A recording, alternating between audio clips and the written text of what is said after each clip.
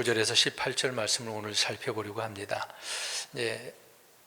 문득 이런 생각이 들더라고요. 우리가 어떤 환경에서 힘들고 고통스러우면 이 환경에 벗어나기만 해주시면 정말 감사하겠습니다. 나 믿음으로 바르게 살겠습니다. 더 잘하겠습니다. 그런 때로는 각오와 의지와 결단들을 하잖아요. 근데 그런 어려움에서 벗어나면 어떨까요? 대부분 그렇게 사는 것보다 더 주님의 말씀을 더 배반하고 내가 원하는 길로 내 욕심대로 살아가는 그런 경우를 많이 보게 되어집니다. 오늘 이제 그런 내용들이 좀 나오는 부분인데요. 9절부터 보면 이제 이집트에서 나온 출애굽의 역사를 말씀해주고 있습니다.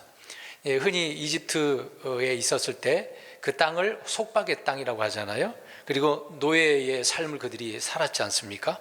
이제 그런 속박의 땅에서 또 노예에서 해방되어서 이들이 이제 나오게 되어졌는데, 이런 이스라엘 백성들은 광야에서 어떻습니까? 이제 해방되었으니까 이제 물론 이제 그 광야 길이 힘들고 어려운 길이긴 합니다만은 오히려 기쁘고 감사하고 막 은혜가 넘치고 기쁘고 찬양하고 있는 그런 모습들을 봐야 되는데 거의 그렇지 않았다는 얘기죠. 이제 그들은 주를 찬양하거나 감사한 것이 아니라 오히려 불평하고 불신하고 또 주님을 시험을 했다라고 말씀을 하고 있습니다. 그것도 한 번도 아니고 10번씩이나 그렇게 시험했다라고 말씀을 하고 있습니다. 또 히브리서 3장 9절에도 보면은 그들이 하나님을 나를 시험했다라고 표현하는데, 근데 하나님께서 40년 동안 그들에게 기적을 보여주시지 않았습니까? 그런 걸 눈으로 봤다라고 나와요. 그렇게 봤으면서도 하나님을 시험했다라고 성경은 말씀하고 있는 거죠.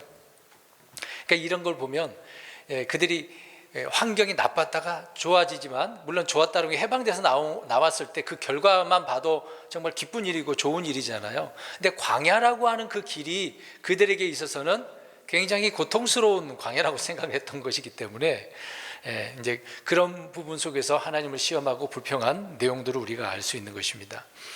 이런 것을 보면은 이스라엘 백성들이 하나님을 시험한 것처럼 우리 예수님이 이 땅에 오셨을 때도 그냥 백성들이 다 받아들이진 않았잖아요. 여러 번 이제 백성들이 예수님을 시험한 그런 내용도 있었고, 또 마귀도 예수님을 몇 번 시험했습니까? 우리 마태복음 나오잖아요. 3번이나 그렇게 시험했죠. 이게 계속해서 우리 주님은 시험을 당하는 경우를 봅니다. 바리새인들도 그랬고 율법사들, 사두개인들. 근데 그들이 그렇게 시험한 이유는 올무를 놓고서 함정에 빠뜨려 가지고 예수님을 죄 짓도록 만드는 거죠. 아무리 그렇게 해봤자 주님은 죄를 지을 수 없는 부분이기 때문에, 짓지 않기 때문에 그들의 이제 올무에 넘어가지는 않겠죠. 심지어 우리 주님은 다 알아요. 그들이 이제 시험을 하는 것도 다 아시면서도 일부러 시험 당하여 주시는 우리 주님도 주님이라는 것을 알 수가 있습니다. 근데 사실 주님을 시험하는 일이 옳은 것은 아니잖아요. 성경은 그것이 이제 불법이고 죄다라고 말씀을 하고 있습니다. 그렇지만 많은 경우에 있어서 이스라엘 백성들은 감사하는 대신에 불평했다, 또 믿는 대신에 의심을 했다, 이렇게 수시로 시험을 하는 그런 경우를 보는 거죠. 다시 말씀드리지만은 감사해야 되는데 불평이 나왔다는 건 문제가 있잖아요. 오늘날 우리 그리스도인들도 입에서 감사가 많이 나와야 되는데 막 입에서 막 욕설도 나오고 불평하고 안 좋은 말들이 자주 나오지 않습니까? 우리는 늘 주님을 신뢰하고 믿는 것인데 조금만 하나님께서 이렇게 말씀해 주셔놓고서 왜 안 이루어 주십니까? 그런 의미는 하나님 앞에 투덜대는 것처럼 불평하는 것처럼 들리지만 의심한 거잖아요. 왜 말씀이 이렇게 돼 있는데 내게 빨리 안 이루어 줍니까? 이제 그런 믿음이 연약하다 보니까 그런 식으로 주님을 시험하는 경우도 많이 있는 거죠. 그래서 광야에 이제 이스라엘 백성들만 그런 것이 아니라 이제 지금 그리스도인들도 다양한 방식으로 주님을 시험하면서 죄를 짓는 그런 경우를 보게 되어집니다. 이제 그런 내용이 오늘 이제 나오니까 잠시 그렇게 말씀을 드렸습니다. 9절 보십시오. 에브라임 자손은 무장하고 활을 지녔으나 전쟁의 날에 뒤로 물러갔도다. 여기 이제 에브라임 자손이 나오네요. 에브라임은 요셉의 아들이잖아요. 이게 므낫세가 맏아들이고 그 다음에 에브라임이지 않습니까? 근데 이제 야곱이 나중에 이제 요셉의 두 아들을 놓고 축복할 때 손을 엇갈려서 오른손을 므낫세에게 줘야 되는데 에브라임에게 줘버리지 않습니까? 그래서 이제 요셉이 뭐라고 그러니까 안다라고 하면서 에브라임이 므낫세보다 크게 될 거라고 먼저 장자로서 그 지위를 갖게 되어지는 거죠. 그러니까 에브라임은 어떤 장자의 역할을 하면서도 가장 강력한 힘을 가지고 있었던 지파였다라는 것을 알 수가 있습니다. 그럼에도 불구하고 성경 내용을 살펴보면은 좋은 평판이 없었어요. 가장 힘을 가지고 있는, 오늘 내용에도 보면은 에브라임 자손은 무장하고 활을 지녔다고 그러잖아요. 그러니까 이들은 싸움에 능숙한 자라는 것을 또 알 수 있습니다. 근데 그런 지파였음에도 불구하고 좋은 평판을 듣지 못하는 그런 지파였다는 것이죠. 그러니까 이들이 이렇게 무장했다라고 할 때 전쟁을 할 수 있는 힘과 어떤 무기가 그들에게 있었다라는 것을 알 수가 있습니다. 사실 사사기서를 보면은 에브라임 지파는 전쟁에서 뭐 뒤로 도망가는 게 아니라 앞장서서 하려고 했던 그런 지파이기도 했었습니다. 그리고 사사들 중에서 에브라임 땅에서 사사들이 좀 나온 경우도 있었거든요. 그러니까 힘도 있고 뭐 능력도 있고 이런 위대한 인물들도 나오는 것을 볼 수 있었습니다. 그런데 이제 전쟁에서는 좀 좋지 않은 모습을 보여주는 면이 있었어요. 사실 이제 여호수아도 에브라임 지파 사람이잖아요. 그럼에도 불구하고 오늘 아삼은 오늘 본문에서 이들이 전쟁의 날에 어떻게 했다고 합니까? 뒤로 물러갔다, 도망갔거나 아니면 싸우지 않으려고 했다, 이제 그런 내용인 거죠. 사실 이제 처음에 이들이 전쟁에서 나갈 때 에브라임 산지가 사실 굉장히 좁다고 불평하면서 넓은 땅을 달라고 여호수아에게 가가지고 요청을 하는 거죠. 그런데 이제 여호수아는 무슨 소리냐, 너희는 강한 민족 아니냐, 너희들이 직접 나무를 베어가지고 산을 개척을 해서 너희들이 거기서 살아라, 이런 말을 합니다. 그럼에도 불구하고 이 지파 사람들은 그들은 철병거가 있어가지고 우리 싸울 수가 없습니다, 그런 얘기를 하고 있는 거죠. 그러니까 이들은 전쟁에서는 항상 어떻게 하려고 그래요? 뒤로 물러가 안 싸우려고 그래요. 참 이런 좋은 모습을 보여주지 못했다라고 하는 거죠. 그래서 여호수아에게 많은 책망을 받았음에도 불구하고 그들은 싸우려고, 이기려고, 정복하려고 하지 않았다라고 하는 겁니다. 그러니까 하나님이 주신 힘을 그들은 모르고 있는 거예요. 자기들이 강한 민족이었는데, 강한 지파였는데 이제 그런 것들을 이해하지 못했기 때문에 그들은 늘 싸우려고 하지 않았다라고 하는 거죠. 늘 겁을 먹고 싸울 생각조차도 안 하려고 했던 것이죠. 그러니까 오늘 전쟁의 날이라고 되어져 있습니다. 그러니까 전쟁의 날이라고 하면 싸워야 되잖아요. 도망가면 어떻게 되겠습니까? 안 싸우려고 하면 어떻게 되겠습니까? 패할 수밖에 없는 거죠. 물러나면 패배할 수밖에 없는 겁니다. 이것을 우리가 생각해 보면 저와 여러분들은 그리스도의 군사들이라고 성경은 말씀하고 있는 거죠. 그럼 저와 여러분은 전쟁 무기가 있어요. 에베소서에 말하고 있는 것처럼 무엇을 입습니까? 전신갑주를 입잖아요. 머리는 투구인데 무슨 투구라고 그랬어요? 구원의 소망의 투구. 흉갑은 의의 흉갑이라고 그러잖아요. 손에는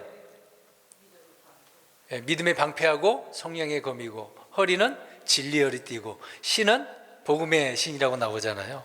우리는 그런 영적인 전신갑주를 입고 싸우는 겁니다. 그래서 영적 싸움과 믿음의 선한 싸움을 하는 거죠. 근데 저와 여러분들도 지금 보이지 않는 영적 세력들과 날마다 싸워야 되는 거거든요. 근데 싸우려고 하지 않고 도망가려고 하면은 그 자체로 어떻게 된 겁니까? 패한 거죠. 승리할 수가 없는 겁니다. 오늘날 많은 그리스도인들이 패배자로 살아가는 경우는 많습니다. 우리 예수님은 이기셨는데 그리스도인들은, 성도들은 패배하면서 살아가는 경우가 많죠. 하나님을 믿음으로 싸우는 성도들에게 항상 승리를 주신다고 요한일서 5장 4절에 말씀을 하고 있습니다.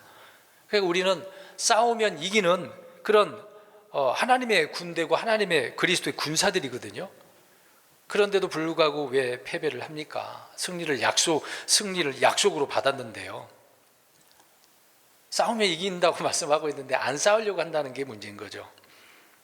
이런 복된 진리를 알고도 패배하는 자들은 모두 물러가는 자들이라고 오늘 말씀을 해주고 있는 거죠. 그러니까 스스로 전쟁을 포기한 사람들이에요.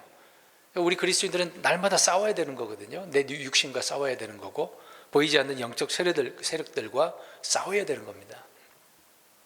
오늘 에브라임은 그런 자들이었어요. 사사기서 보면 기드온이 이제 요청을 해갖고 나가서 싸워서 승리하잖아요. 그랬는데 나중에 나타나가지고 불평을 해요. 왜 안 불렀냐고. 또 입다 때도 마찬가지입니다.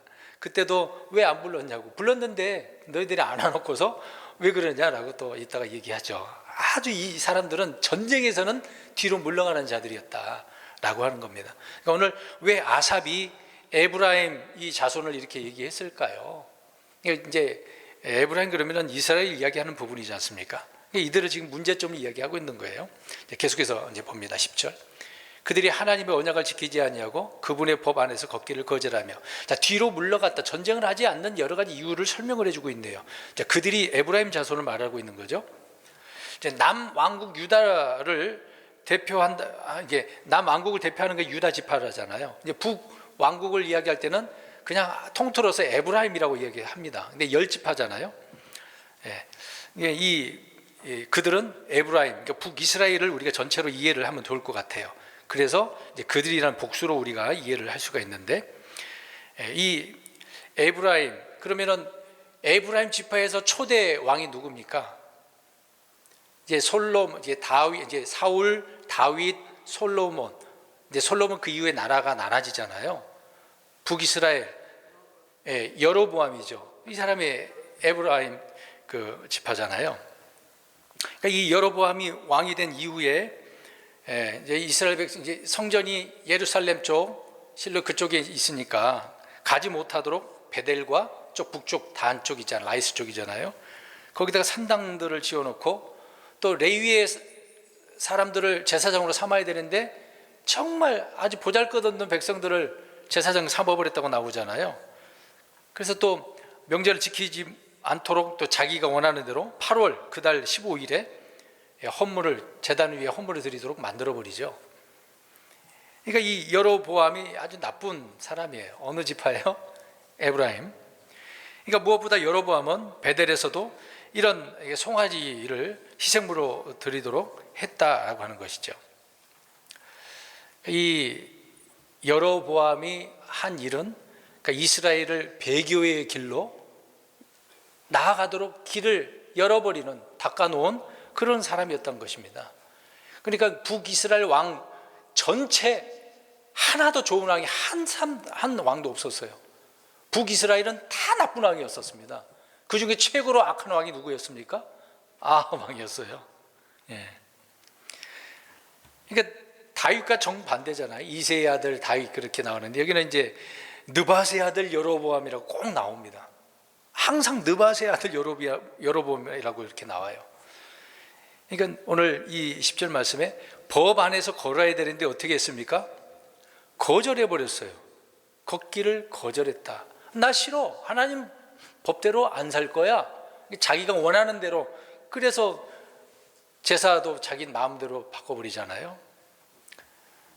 헌당도 이렇게 산당도 세워버리고 아주 나쁜 왕이었다는 것입니다.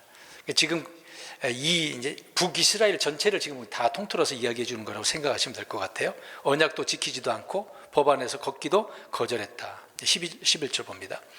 그분께서 행하신 일들과 그들에게 보이신 이적들을 잊었도다. 보세요. 하나님께서 행하시고 보여주신 것들이 얼마나 많습니까? 이집트에서 나올 때서부터 그 이후로도 계속 보여주신 것들이 많잖아요. 사사기서뿐만 아니라 많은 대언자들을 통해서 보여주시지 않았습니까? 이들이 지은 죄를 지금 언급하고 있는데 4가지예요. 첫 번째로 언약을 지키지 않았고, 두 번째로 법 안에서 걷기를 거절했고, 오늘 11절에 행하신 일들을 잊어버렸고 보이셨던 이적들을 잊었다.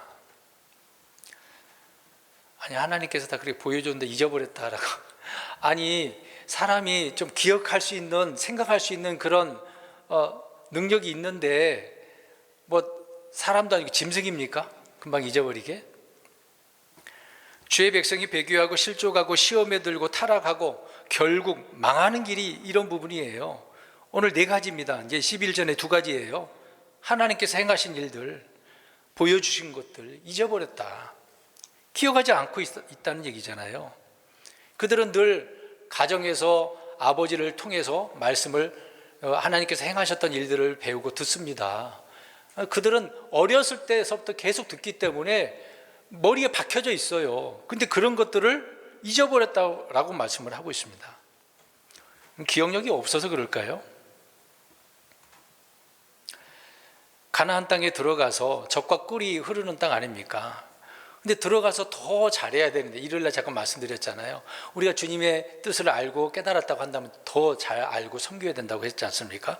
이들은 눈으로 직접 경험을 했으니까 2세대든 3세대든 어찌됐든 대언자를 통해서 경험을 했을 거 아닙니까? 가나안 땅에 들어가서 더 잘했어야죠. 근데 급속도로 빨리 부패를 하잖아요. 그러니까 부패하고 멸망한 것은 하나님의 언약을 지키지도 않고 멀리했기 때문에, 그 네 가지를 간단하게 더 설명드린다면, 말씀을 듣고 지키는 자들이 복이 있는 거잖아요. 그래서 일요일 날에 제가 명령에는 어떻게 하자 그랬어요? 순종. 약속에는 믿는 자가 되어야 되는 거죠. 근데 지금 이들은 주님께서 명령을 하셨어요. 약속을 하셨어요. 근데 이 말씀을 듣고 지키어야 복이 있는 것인데, 이들은 지금 말씀을 지키는 자가 아니라 거절한 자예요.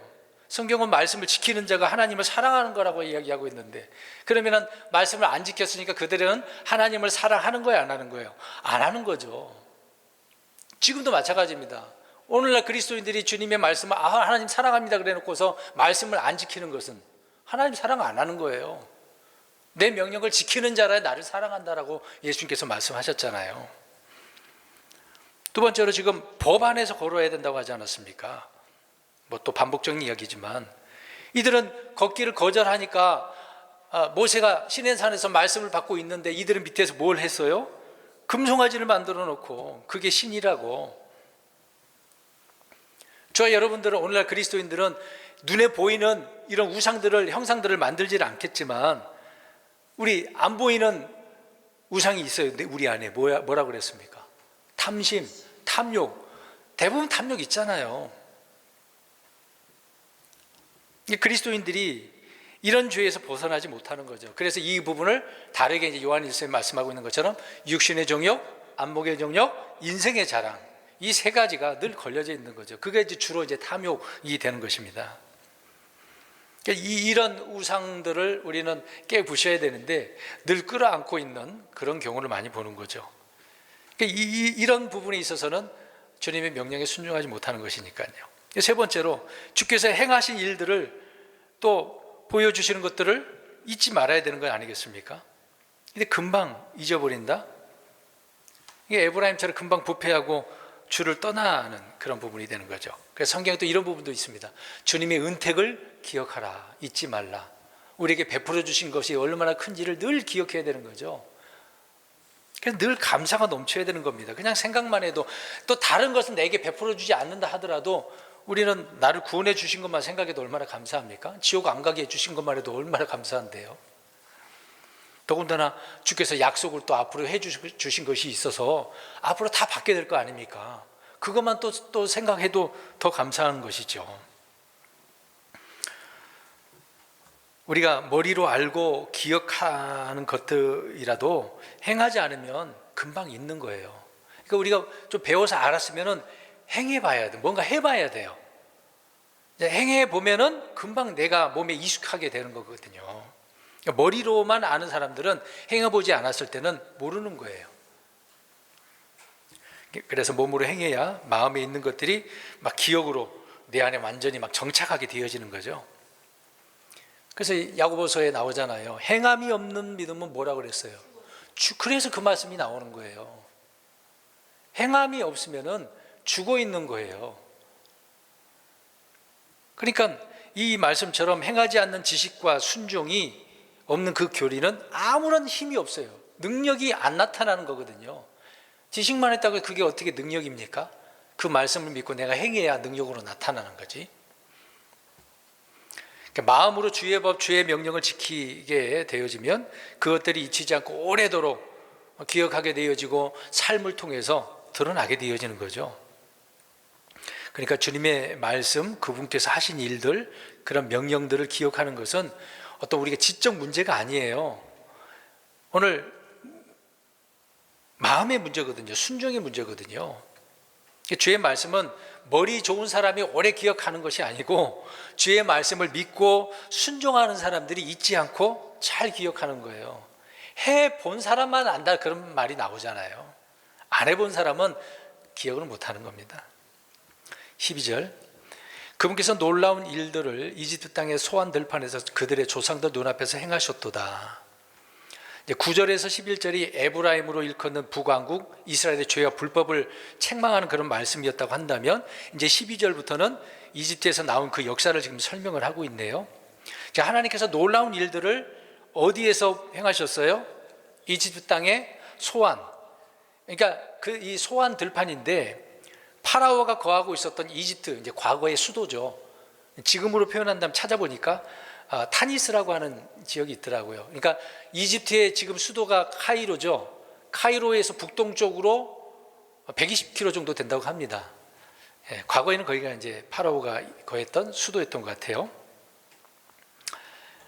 가나안 땅의 헤브론이 이집트의 그 소환보다 7년 먼저 세워진 도시라고 말씀을 하고 있는데, 이 소환은 이집트의 유명 도시라고 하고 있거든요. 근데 이 소환의 통치자들은 또 안 좋은 게 뭐냐면 어리석은 자들이라고 또 성경이 말씀을 하고 있습니다. 왜 그러냐면 그들이 주님의 이적과 권능을 보면서도 두려워하지 않았기 때문이라고 말씀하고 있거든요. 자, 보세요. 하나님께서 그것에서 보여주셨잖아요.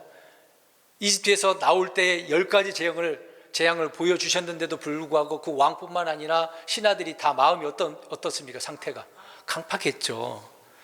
그러니까 하나님을 눈으로, 이제 하나님이 이적들을 눈으로 봤으면서도 믿지 않은 거예요.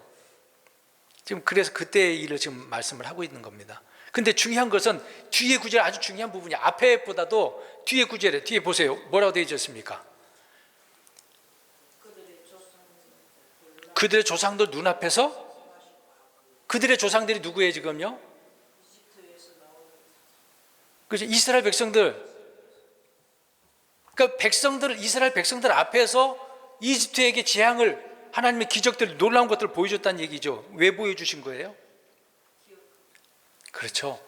그걸 알게 하려고, 알아야 된다고. 그래서 계속 이 문제를 백성들에게 알려줘라, 깨닫게 해줘라, 가르치라라고 말씀을 하고 있는 거잖아요.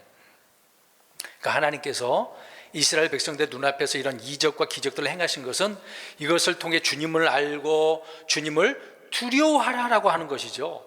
이게 이제 포인트예요. 지금 아삽이 지금 이걸 이야기하고자 하는 거예요. 이집트 신들이 아무리 많아도 주님 앞에서 아무것도 아니죠. 10가지 재앙이 다 신들 아닙니까? 이집트 신들. 하나님 앞에 아무것도 아니잖아요. 그 눈으로 이스라엘 백성들이 봤어. 얼마나 놀랐겠습니까? 그래서 12절에 그들의 조상의 눈앞에서 행하셨도다라고 말합니다.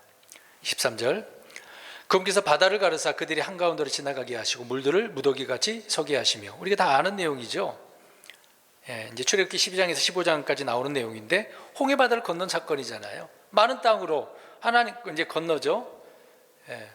밤새도록 벽을 이루게 하시고 바람 불어서 그렇게 말리시니까 안전하게 건너갔던 건 아니겠습니까? 아는 내용이니까 넘어갑니다. 14절, 또한 낮에는 구름으로 밤에는 내내 불빛으로 인도하시고, 이 내용도 우리가 모르지는 않잖아요. 뜨거운 그 열기에 또 추운 그 밤에 그런 곳에서 불기둥과 구름 기둥으로 그들을 보호하셨다, 행군하게 하셨다, 그 내용이죠. 넘어갑니다. 15절, 광야에서 반석을 쪼개시며 광대하게 깊은 곳에서 나온 것 같은 물을 그들에게 주워 마시게 하시고, 잘 알고 있는 내용입니다만은 이들은 물이 없어갖고 불평을 했잖아요. 그러나 주님께서 반석을 이렇게 들여서 쪼개셔서 물을 내셨다라고 이야기합니다. 근데 그 물이 어느 정도예요? 그 다음 구절에 나옵니다. 16절, 또한 그 반석에서 시내를 내사 물들이 강같이 흐르게 하셨으나, 그냥 물이 조금 넘친 게 아니라 어느 정도예요? 시내, 그리고 강같이, 이게 넘친 거예요. 강같이라고 되어 있습니다. 얼마나 많은 물을 냈겠습니까? 뭐 오아시스 정도가 아니란 얘기죠. 거기 인원이 몇인데요? 300만 명 이상이잖아요. 전체 인구를 따져보면 어마어마한, 그 사람이 다 먹고도 남을 수 있는 그 양, 하나님께서는 그 정도예요. 그 반석이 크기가 얼마나 된지 모르지만 조그맣든 크든 하나님께서 계속 물을 나게 하시는 분이에요. 근데 그것을 고린도서에 바울이 반석이 누구라고 그랬습니까? 우리 예수님이잖아요. 영적으로 그래서 우리 예수님을 통해서 주시는 생수 성령님 아닙니까? 앞으로 대환란 때 물이 이제 쑥이 하늘에 내려가지고 쑥물이 돼서 먹으면 죽지 않습니까? 근데 그런 물을 주님께서 나중에 천년왕국 동안에 성전에서 물을 흐르게 하시는데 흘러서 다 어떻게 한다고 합니까? 물을 치유하신다고 되잖아요. 우리 주님은 그런 분이라는 것입니다.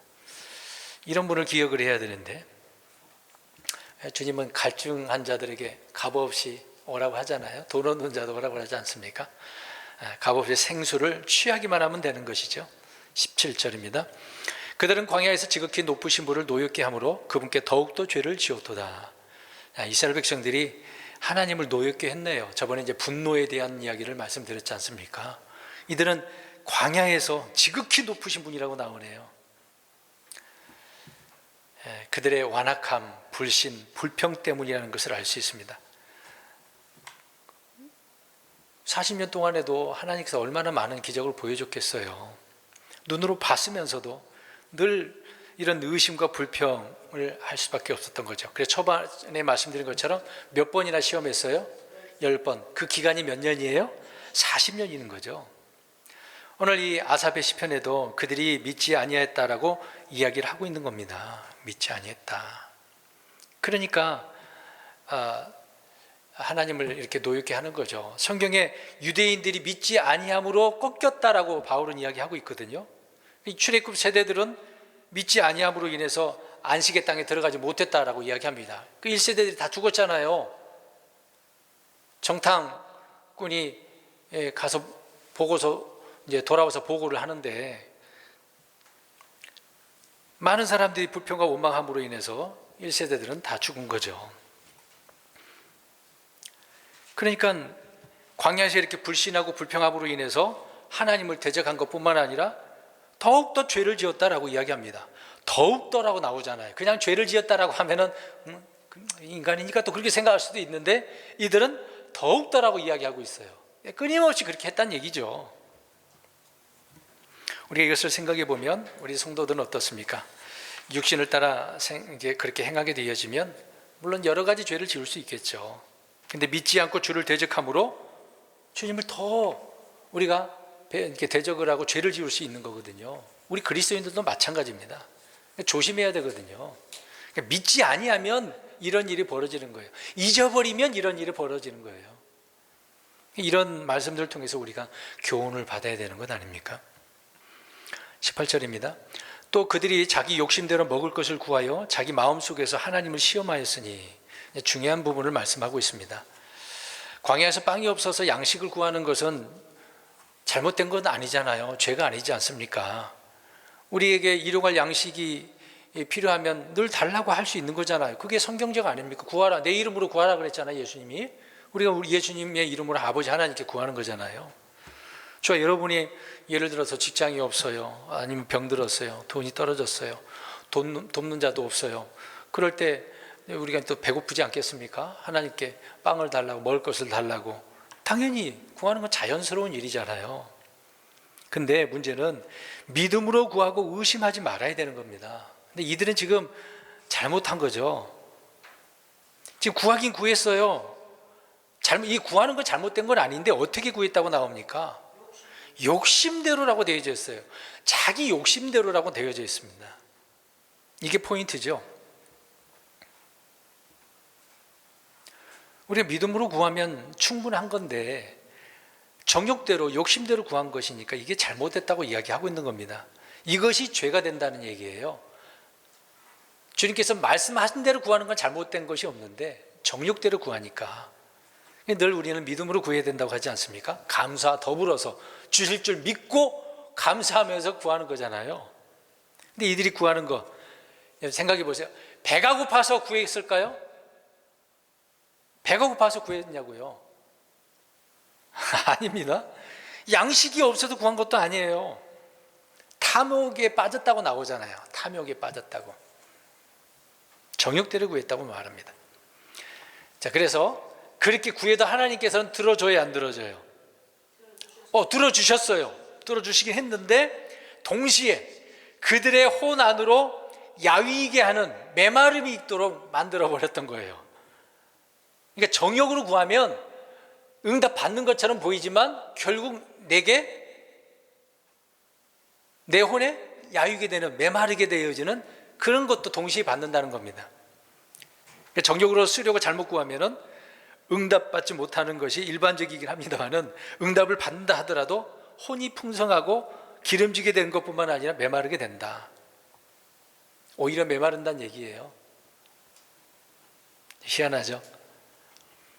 기도 응답에도 불구하고 속은 막 성령 충만, 은혜 충만이 돼야 되는데 그런 것이 아니라 오히려 영적인 기근이 있는 거예요. 메마름이 있는 거예요. 막 갈증이 있는 거죠. 그래서 갈급함이 막 더 생기는, 안 좋은 갈급함이라는 얘기죠. 좋은 갈급함이 아니라. 그래서 이 문제를 어떤 문제라고 뒤에 나옵니까? 어디에서 시험했다고 얘기해요? 자기 마음. 시험은 마음 속에서 나오는 거예요. 하나님을 시험하는 것은 막 우리 손이나 발이나 뭐 어떤 입이 먼저 하는 게 아니라 마음 속에서부터 먼저 하는 거다라는 거죠. 마음이 참 좋아야 되는데 안 좋은 것을 이야기하고 있습니다. 광야의 이 이스라엘 백성들은 그들 마음 속에서 이렇게 하나님을 시험했다. 이제 그 다음에 입으로 나오는 거죠. 마음이 그러니까 입으로 나오는 거고, 입으로 나왔으니 행동으로 옮기는 거죠. 불평도 마찬가지입니다. 마음에서 불평하기 시작하면 입으로 나오고 행동으로 나오는 거죠. 그래서 언제나 마음이 먼저다. 그래서 성경은 잠언서에 말씀하고 있습니다. 지킬 것이 있는데 먼저 내 마음부터 지켜라. 마음을 지키라고 말씀합니다. 우리는 건강할 때 우리 건강을 지켜야 되는 거잖아요. 어떤 사람들은 뭐 명예를 지켜야 된다, 힘들더라도 가정을 지켜야 된다, 자식은 내가 지킨다, 뭐 별별 다 지킨다는 말을 하잖아요. 근데 중요한 것은 마음을 지키는 거다. 하나님 앞에 그런 거죠. 근데 오늘 이스라엘 백성들이 이런 마음을 지키지 않았는데, 그래서 자기 마음에서 하나님을 시험했다라고 이야기합니다. 자기 마음 속에서. 자, 얼마나 안 좋은 모습을 보여줬겠습니까? 오늘 왜 아삽은 이런 이야기를 기록해 놓았겠어요? 이런 말씀들을 통해서 저와 여러분들 교훈을 삼아서 하나님 앞에 겸손한 자로, 늘 올바른 자로 드러나는 저와 여러분들이 되시기를 주의 이름으로 축원드립니다.